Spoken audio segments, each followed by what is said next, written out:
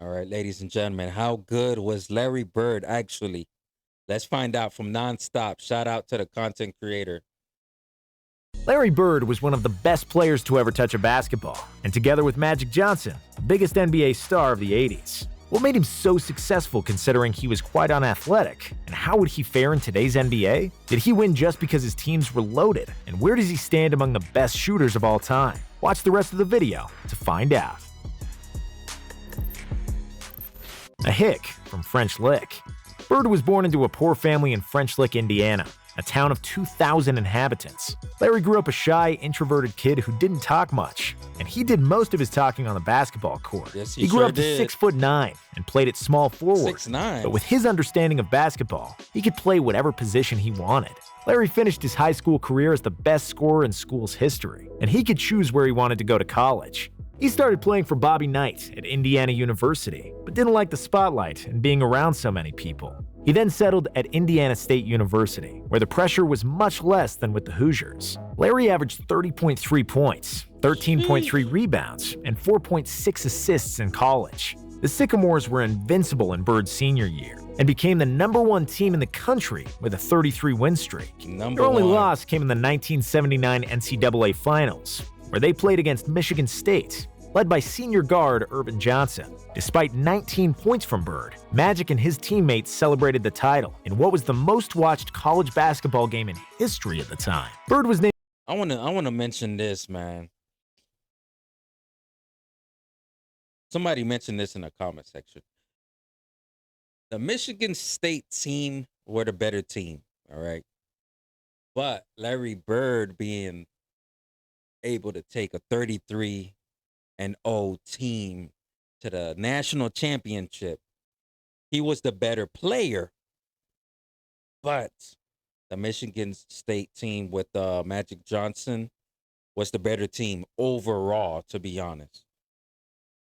The Collegiate Player of the Year, leaving Indiana State as the 5th-ranked NCAA scorer of all time. He was already drafted, as the Boston Celtics selected him in the NBA draft in 1978, hoping that Bird, who qualified for the NBA as a junior, would skip his senior year. He opted to stay in Indiana, and when he finally arrived in Boston, the Celtics looked nothing like their championship selves, with consecutive losing seasons. Bird then single-handedly caused the biggest turnaround ever seen in the NBA at the time. Boston improved their record from the season before by 32 wins and finished with 61 wins and 21 losses. I want to piggyback on by 32. So Bird having that big turnaround coming into the Boston Celtics, 2 losing seasons prior, coming in 61-21.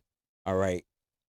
With what he did with the Boston Celtics, guys, is there any other rookie that came into an organization and had an impact, not similar to Bird, but was able to improve the organization? Comment down below. Was there any other player that came close to or was in that same category that came and changed an organization? Like I've been saying it, there's not all rookies are built the same. Not all rookies are built the same, because there's busts. There's some that come in and they flop. There's some that come in, it take a while for them to develop, like everything. But Larry Bird was already polished. Wins and finished with 61 wins and 21 losses. Although his arch-rival Magic Johnson had an impressive season and won the title with the Lakers, Bird was named the Rookie of the Year with the average of 21.3 points, 10.4 rebounds, and 4.5 assists. He also made the All-Star team and first-team All-NBA, and even finished 4th in the MVP voting, and proved he could transform a mediocre team into a great one all by himself. A new green dynasty. After Bird's rookie year, the Celtics had a busy offseason. Legendary Red Auerbach worked his magic and brought 2 new faces to Boston that would form one of the biggest dynasties in NBA history. Auerbach robbed Golden State by sending them the 1st and 13th pick in the 1980 draft in exchange for center Robert Parrish and the 3rd pick which became Kevin McHale.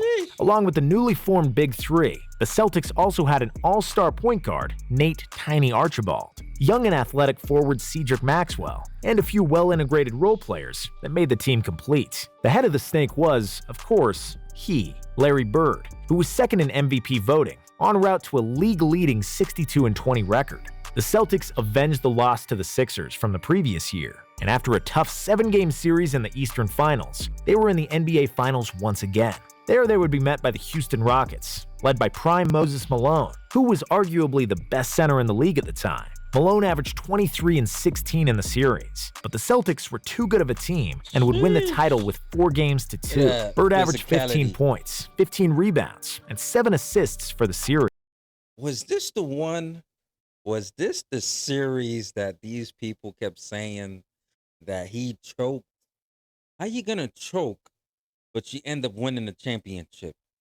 Number one, the narrative with sports media is a player has to always score 30 points a game in order to win.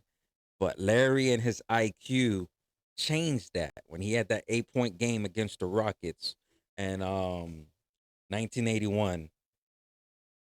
8 points, but it was a blowout. Genius, very genius. I hate the narrative of players gotta they gotta come in and score. He has to come in and dominate, score 30, 40 points for the team to win. Oh man, get involved in the game, scoring, rebounding, assist. Be unselfish. Once you help your team improve, you help your teammates get better on the court with you because you're the general. They're gonna follow. I hate that narrative. Need that 15 points, 15 rebounds, 7 assists, and they calling that he choked in that. Come on, man, that's just stupidity. But the Finals MVP went to Cedric Maxwell, who led the Celtics in scoring with 18 points per game. And when everybody already saw the new Green Dynasty, 2 bad years ensued. Despite Bird's all-around excellence and McHale's improvement, they once again were the #1 seed in the East. Bird was the All-Star Game MVP, but Philadelphia retaliated for a close defeat in the Eastern Finals. And this time, they won in 7 games. The year after, the Celtics regressed even more, finishing as a 3rd seed and getting swept in the 2nd round by the Milwaukee Bucks. After that, Coach Bill Fitch resigned and was replaced by Casey Jones, who won 8 titles in the Bill Russell era as a player. The change bore fruit. The team was refreshed with the young shooter Danny Ainge and veteran point guard Dennis Johnson, and played the best basketball in the NBA, finishing with a 62-20 record. After 3 years of coming in second, Larry Bird finally won the regular season MVP with 24.2 points, 10.1 rebounds, and 6.6 assists on average. The Celtics steamrolled to the finals, where a known foe awaited. It was, of course, Magic and the Lakers. The title was decided in Game 7, where Larry Bird led the Celtics to their 15th NBA title. Bird was named the Finals MVP, and he finally had his revenge over Magic, who defeated him in the NCAA Finals of 1979. The following season, the Celtics were even better in the regular season. Bird repeated as MVP, and McHale repeated as the 6th Man of the Year. They got to the finals again, with the same opponent. After the Celtics won Game 1, 148-114, in a game that was dubbed the Memorial Day Massacre, it seemed like the Celtics were going to dominate the Lakers and repeat as champions. However, the Lakers had other plans, and especially Kareem was determined to defeat the Celtics. Kareem averaged 25.7 points, 9 rebounds, and 5.2 assists in 6 games on 60. For Kareem, 5 assists? That's determination, man. Damn. 9 rebounds, and 5.2 assists in 6 games on 60% shooting. And the Lakers have finally won the NBA Finals against the Celtics for the first time in 9 tries. 1986, the greatest Celtics team ever and the pinnacle of Bird's career. After the finals loss, Auerbach made another clever move. He traded Cedric Maxwell to the Clippers for Bill Walton, once one of the most talented centers in the league, who accepted the role of a 6th man on the Celtics, while Kevin McHale moved to the starting lineup. The Celtics won 50 out of 51 home games that year, which is a record that still stands and likely will never be It'll broken. never be Larry broken. Bird It'll experienced never the be broken. absolute peak of his game and basketball brilliance in 85-86. He deservedly won another MVP and became the only player other than Wilt and Bill Russell to win the award in 3 straight seasons. The 85-86 season birthed several games that proved the endless basketball genius of Larry Bird, and most notable is the left-handed game. Before the game against Portland, Bird surprised his teammates and journalists by saying that he would shoot the whole game with his left hand because he wanted to motivate himself Yes. for a relatively meaningless regular season game. How much did he score? Just 47 points, 14 rebounds, 11 assists with a game-winning shot, and 22 points scored with his left hand out of sheer boredom and fun. And those are the reasons why he was called Larry Legend. Apart from that, he also scored a career-high 60 points on the Atlanta Hawks earlier in the season. Almost everything he put up toward the basket went in, and he got into such a zone that the Hawks bench jumped off their chairs and cheered, after which they received hefty penalties from the Hawks coach, Mike Fratello. Throughout the game, the commentator noted that what he was watching was the biggest shooting exhibition in basketball history, and at the time, it truly was. The Celtics won 67 games in the regular season and lost just 1 game in the playoffs on their way to the finals. There, they would be greeted by the Twin Towers of Houston, Ralph Sampson, and Hakeem Olajuwon, who defeated the Lakers in the West Finals. But nobody could touch the Celtics that season. I gotta be honest, because Houston made it to that finals. But what if they met the rematch, Lakers and the Celtics in 1986? Just the what if. That would have been legendary. Hypothetically, who would have won in that 1986 finals if the Lakers and Celtics made it to the NBA finals? Because the Celtics was on fire. I don't know about the Lakers. I mean, they're a great team too, but sheesh.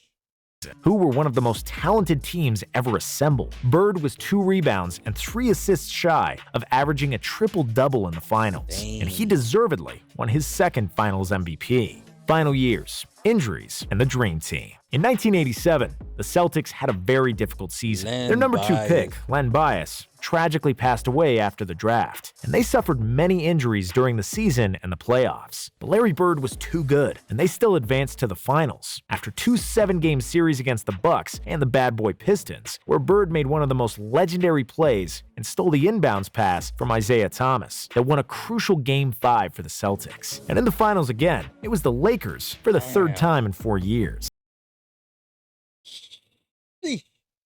Injuries, man. Injuries. You will never want a team to go through injuries. Bird was holding it down. I can tell he probably was exhausted playing all of those games, and then all of a sudden you got to go to what was it? Yeah, he made it to the finals. Just didn't have enough, gas in the. Am I saying that right? He didn't have nothing in the tank. Honestly, he didn't have nothing in the tank.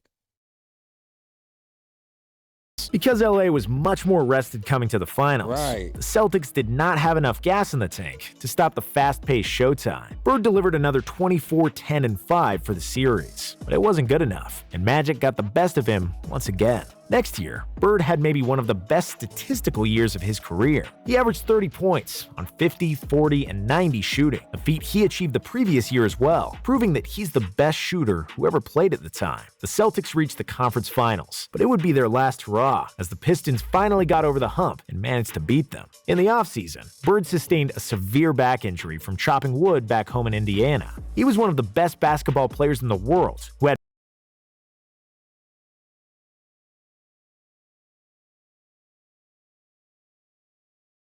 Chopping wood. I could have sworn they was shoveling gravel. Hold on. What? I'm confused. millions of dollars, but he was still the hick from French Lick, who chopped his own wood when he needed to, and I respect him even more for that. The back injury and surgery on both Achilles tendons caused him to miss almost the entire 88-89 season. However, even debilitated, Bird was better than most players in the league, and despite needing to stretch for more than 2 hours to be able to run, he was still very productive. He was named an All-Star each of the last 3 seasons, along with some memorable performances, like a game in the 1991 playoffs where he suffered a concussion, but then pulled a Willis Reed and came back to the game, scored 17 points in the second half, and won the series for the Celtics. Unfortunately, the toll on his body was getting too much to bear, and he ended his career in 1992, when he finally became teammates with his good friend Magic Johnson on the Dream Team. Bird flew off into the sunset with the gold in Barcelona, retiring as the best small forward and the best shooter to ever play.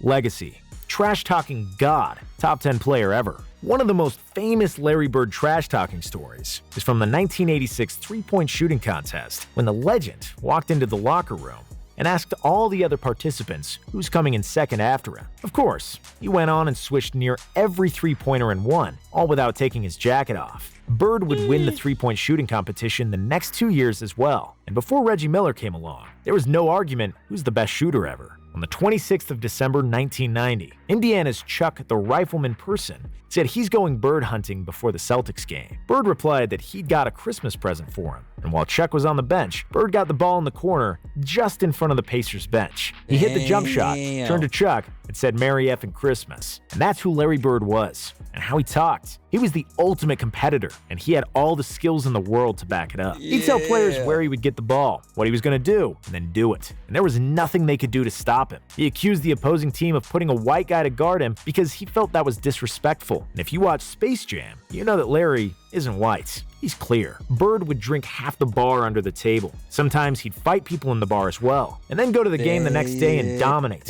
as if nothing happened. Bird was a unique player, and there was nobody like him. At first glance, his moves look almost clumsy, far from physically dominant or athletic. He rarely dunked, his vertical was average at best, and he never played exceptionally fast. From the neck down, in basketball terms, he was nothing special. From the neck up until the end of his fingertips, he was pure genius. There's no doubt that he would be a great player in today's era, where we can see players like Doncic and Jokic dominate the game without great physical talent. Bird was one of the top 10 players who ever played, and one of the best pure shooters ever. He was the best player in the NBA for almost an entire decade, despite the brilliance from Magic and the athleticism of Michael Jordan. And like Magic Johnson said, there will never be another Larry Bird. Hey, man, there won't ever be another Larry Bird. He's at the top of the small forward list. I'm trying to think if there's anybody else. Second, Scottie Pippen is up there too. LeBron is up there. LeBron is a great player in his own right, but would he last in the 80s and 90s? No. Now, allegedly, I've been hearing him on the juice.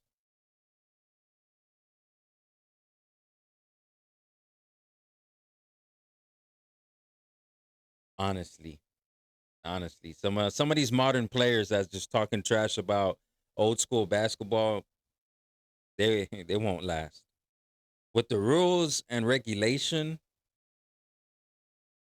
someone in the comments said they mentioned that in order to save today's NBA, we gotta go back to the reset of when Larry and Magic came to the league. We need the rules that we had in the 80s and today's basketball, because there's no defense, there's no physicality, there's no heart for the game. It's like these kids that are coming up, whatever it's through AAU, whether it's through like, middle, high school, college, whatever it is, they need to go back to fundamentals, right? Red Auerbach said it best. Play the right way. Basketball is simple. Whoever puts the ball in the hoop the most wins the game. But the thing is, we're seeing too many 3-point line. That's the first priority now. 3-point line, which sucks. I don't want to see jacking up threes. I don't want to see high scoring games. I want to see defense, physicality. What happened to the 80-point games on both teams? 90-point games, sub 100 games. We need a reset. I don't know what it's gonna take. Honestly,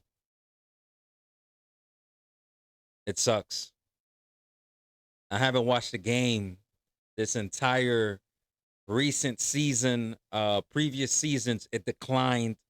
Even before then, it declined. The best close thing to basketball was during the bubble. And I hope people appreciate the bubble basketball where there was just no fans, no nothing, all the players. Yeah, they were cooped up in like one area. But when it came to playing, that was like the closest thing that to enjoyment of the game of basketball. But other than that, it sucks. Like I said, I'm gonna say it again. I'm a Miami Heat fan. I was a Heat fan when Dwayne Wade, LeBron James, Chris Bosh was down here. And I'm gonna say this: the big three was in Miami. These are my favorite in order. Chris Bosh was my favorite power forward because I love the power forward position. Dwayne Wade, of course, and then LeBron James was third. All right. Now, when that happened, it was excitement. But then looking back at it, it ruined everything. It ruined not I'm not gonna say everything. There's different aspects of why the game is not where it's at. But yo, the super teams, come on, man. What happened to competition? What happened to competing against the best? I don't care if you lost time and time again. As long as you gave your best, man, that's respect. But hey, I'm gonna stop rambling. Yeah, I love this video by Nonstop. It was very well put together. A very like quick summary of Larry Bird's career from beginning to end. Brief, very brief, to the point. So I'll catch you guys on the next one. All right. Peace.